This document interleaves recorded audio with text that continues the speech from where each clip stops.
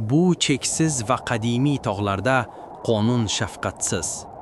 Yo sen suruvingni himoya qilasan, yo bo'rilar tunda qonli ziyofat qiladi.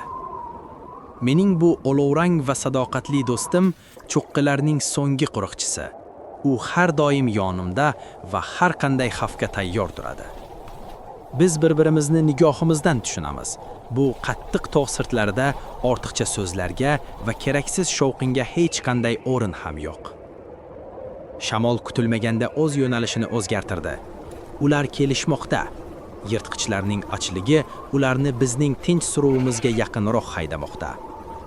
Bo'rilarning sharpalari toslar ortida yashirinib yuribdi, lekin mening mard arslonim har bir harakatni va har bir begona hidni sezib turibdi. Quyosh botmoqda va zulmat tushmoqda. Bu vaqtda tog'lar yanada xavfli bo'ladi, lekin biz hushyorligimizni bir lahzaga ham yo'qotmaymiz. Chaqmoq toshidan chiqqan uchqunlar tunni yoritadi. Arslonning haybatli va vahimali sadosi dushmanlarga ochiqdan ogohlantirish beradi. Mash'ala yondi va o'lim nafasi chekindi.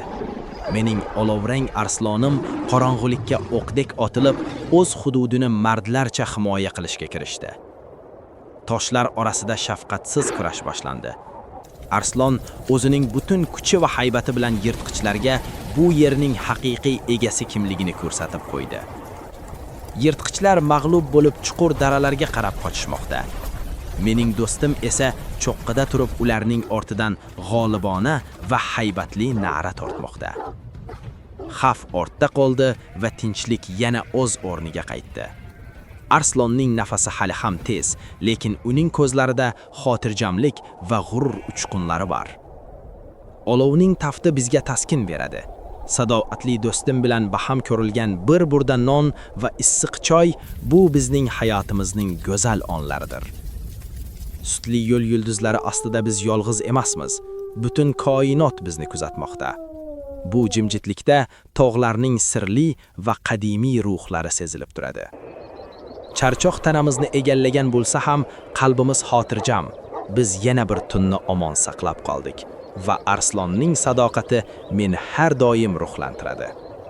Tong yorishmoqda va yangi kun o'z eshiklarini ochmoqda. Bu kurash va bu sadoqat abadiy davom etadi. Chunki bu tog'lar bizning uyimizdir.